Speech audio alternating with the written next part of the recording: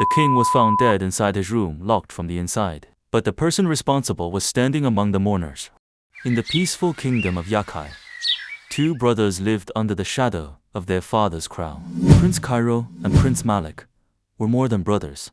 They were best friends. They trained together, hunted together, and promised that nothing would ever come between them. Their father, King Adom, was proud of the bond they shared. But as the years passed, something began to change. When the question of who would inherit the throne arose, jealousy quietly entered Kairo's heart.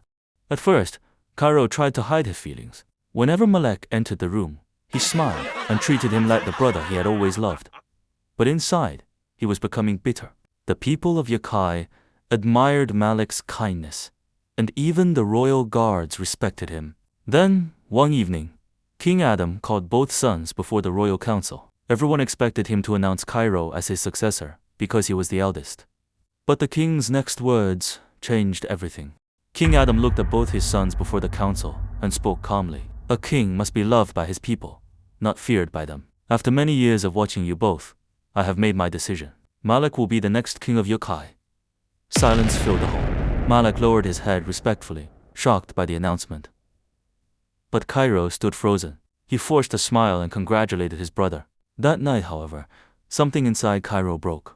That night, Kairo locked himself inside his chamber and stared at the crown hanging on the wall. He remembered every battle he had fought for Yakai and every lesson his father had taught him.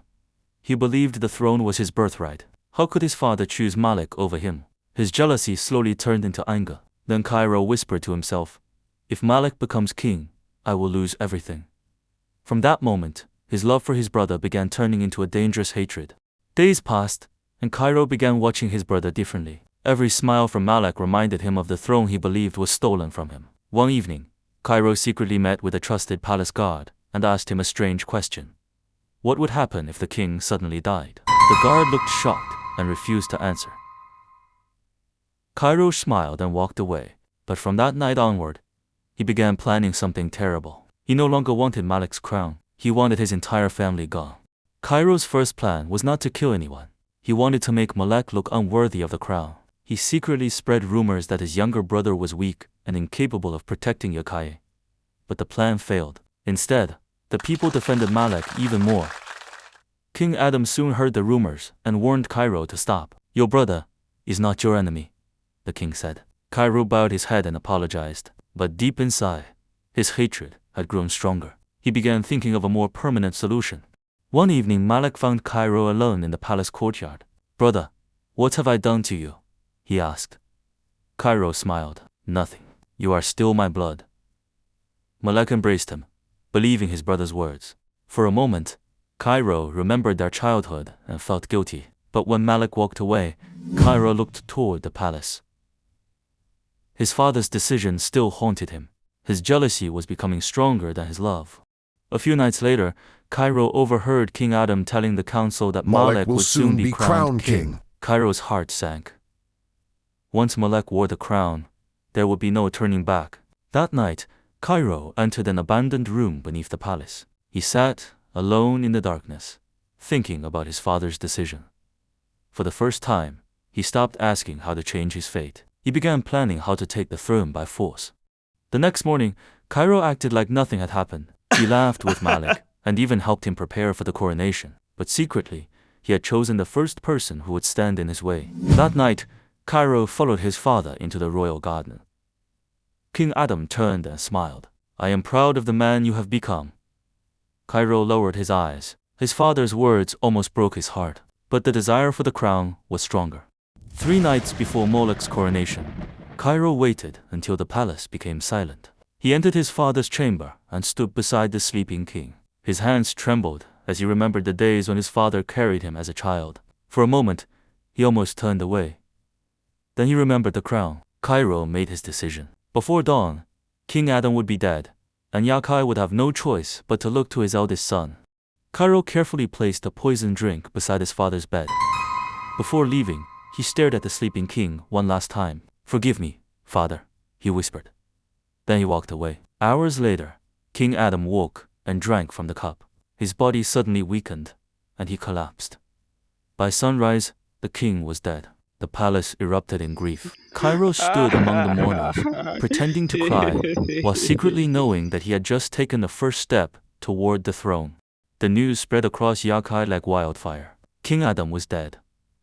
Malek was devastated. He could not imagine the kingdom without his father. Kairo stayed beside him, pretending to share his pain. "We must remain strong," he told his brother. Malek nodded and trusted him completely. Meanwhile, Chief Bako, the king's oldest advisor, noticed something strange. The cup beside the king's bed had disappeared. Someone had removed it before the guards arrived. Chief Bako quietly searched the palace for the missing cup, but Kairo was watching him. The prince realized the old advisor might discover the truth. That night, Kairo confronted Bako in a dark corridor. "Why are you searching for something that no longer matters?" he asked. Bako stared at him. "Because I serve Yakai, not whoever sits on its throne." Kairo's expression changed. He walked away without another word.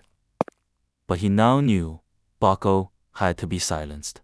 Before Kairo could act, Malek announced that he would postpone his coronation until his father's killer was discovered. Kairo was furious. If an investigation continued, his secret could be exposed. He secretly ordered the palace guards to search for an imaginary enemy and blamed the king's death on outsiders. The people believed him, but Chief Bako remained suspicious. He remembered seeing Kairo leaving the king's chamber on the night of his death. Now, he knew the prince was hiding something. Malek noticed Kairo becoming unusually controlling. "Why are you so desperate to find father's killer?" he asked. "Because whoever did it must pay," Kairo replied. Malek trusted his brother completely, but Chief Bako was not convinced. He secretly told Malek that he had seen Kairo near the king's chamber that night. Malek shook his head. "My brother would never betray me." But before we continue, follow VSP Vision, because what Kairo was about to do to his own brother would change Yakai forever. Kairo knew he could no longer allow Malek to remain in Yakai. One morning, he told his brother about a hidden place in the mountains where they could speak privately. Malek trusted him and followed. After hours of walking, they reached a lonely mountain surrounded by rocks. Malek turned to his brother and smiled. He had no idea that Kairo had brought him there to die. Kairo looked at him coldly and made his final move. Malek looked at his brother and smiled. "Kairo, why did you bring me here?" Kairo said nothing. Suddenly he attacked. Malek fell to the ground, staring at the brother he had trusted all his life. With his final breath, he whispered, "I would have given you the crown." Kairo froze for a moment. Then he dragged Malek into a dark cave, buried him, and sealed the entrance with stones. He returned to Yakai alone. Kairo returned to Yakai, covered in blood, with a deep cut on his arm. The guards rushed toward him. "Where is Malek?" they asked. Kairo lowered his head and pretended to be devastated. "We were attacked by enemies in the mountains. Malek fought bravely, but he was killed. I barely escaped." Everyone surrounded him in shock, but Chief Bako noticed something strange. The wound looked fresh, and Kairo refused to explain how he had escaped. Amara broke down when she heard that Malek was dead. She begged Kairo to take her to the place where it happened, but he refused. "The enemies may still be there," he warned. The people of Yakai mourned their prince, while Kairo slowly gained their sympathy. But Chief Bako remained silent. He remembered Kairo's strange behavior and began wondering why there was no body, no weapon, and no sign of the supposed attackers. Weeks passed, but Malek's body was never found. Kairo claimed the mountain was too dangerous to search. Amara refused to believe her husband was gone. Then Chief Bako remembered something. Before Kairo left with Malek, he had secretly told a palace servant that they were going to the mountains alone. Later, Kairo returned with a fresh wound but no sign of an enemy. Bako's suspicion grew. Something about Kairo's story was terribly wrong. Chief Bako began watching Kairo closely. One evening, he found the prince staring toward the mountains with a worried face. "Do you believe Malek was really killed by enemies?" Bako asked. Kairo turned sharply. "Why do you ask?" Bako smiled. "I was only curious." But as he walked away, Bako made a decision. He would travel to the mountains and uncover the truth himself. The following morning, Chief Bako secretly left Yakai and traveled toward the mountains. After hours of searching, he discovered a narrow path hidden between the rocks. It led to a dark cave. Bako entered carefully and noticed fresh marks on the ground. Then he saw something that made his heart stop. A piece of Malek's royal clothing buried beneath the soil. Bako knew he had found a place where the truth was hidden. Bako dug through the soil and found a royal ring belonging to Malek. His hands trembled. There was no enemy attack. Kairo had lied. Bako took the ring and hurried back to Yakai. But before he reached the palace, he saw Kairo waiting on the road. "Where have you been?" Kairo asked. Bako calmly replied, "I went to pray for Malek." Kairo stared at him. He knew Bako had discovered something. That night, Bako secretly showed Amara the ring. Her face turned pale. "This belonged to Malek," she whispered. Bako told her about the cave and the marks he had found. Amara began to cry, but Bako stopped her. "Do not confront Kairo yet. If he learns we know the truth, we may never survive." Amara nodded. Together, they decided to uncover enough evidence to expose Kairo before the entire kingdom. That evening, Amara found Kairo alone in the throne room. He stood before the empty throne, staring at it with a strange, almost obsessed expression. His face showed no grief for Malek only. Hunger for power. Amara watched from the doorway, unnoticed. Then Kairo slowly smiled and whispered, "At last." Her heart raced. She suddenly remembered Bako's warning. For the first time, Amara began to wonder if her husband's death was not what Kairo had claimed. The next morning, Amara told Chief Bako what she had seen. Bako knew they needed proof, so he took Amara and a trusted guard back to the mountain. Inside the cave, they searched carefully. Behind a pile of stones, the guard discovered Malek's royal necklace and a torn piece of his clothing. Amara held them close, tears filling her eyes. Bako looked at her and whispered, "Now we know Kairo lied." Bako, Amara, and the guard returned to Yakai before sunset. They kept the evidence hidden and told no one what they had discovered. But Kairo noticed the fear in Amara's eyes. That night, he followed her quietly and saw her enter Bako's chamber. Kairo's suspicion grew. He realized they were hiding something from him. For the first time since taking Malek to the mountain, Kairo felt afraid. His secret was beginning to escape from the darkness. The next morning, Kairo summoned Amara to the throne room. "You have been avoiding me," he said. Amara kept her voice calm. "I have been grieving my husband." Kairo stepped closer. "Malek is dead. You must accept it." Amara looked into his eyes. "Then why have you never taken me to his grave?" Kairo froze. For a moment, neither spoke. Amara walked away, now certain that Kairo was hiding something terrible. Kairo could feel the truth closing in. That night, he secretly followed Amara and saw her meet Chief Bako and the guard. He waited until they left, then entered Bako's chamber. While searching, he found Malek's necklace hidden beneath a cloth. Kairo's face turned pale. He knew they had discovered the cave. For the first time, the man who had feared nothing was terrified. His secret was about to destroy him.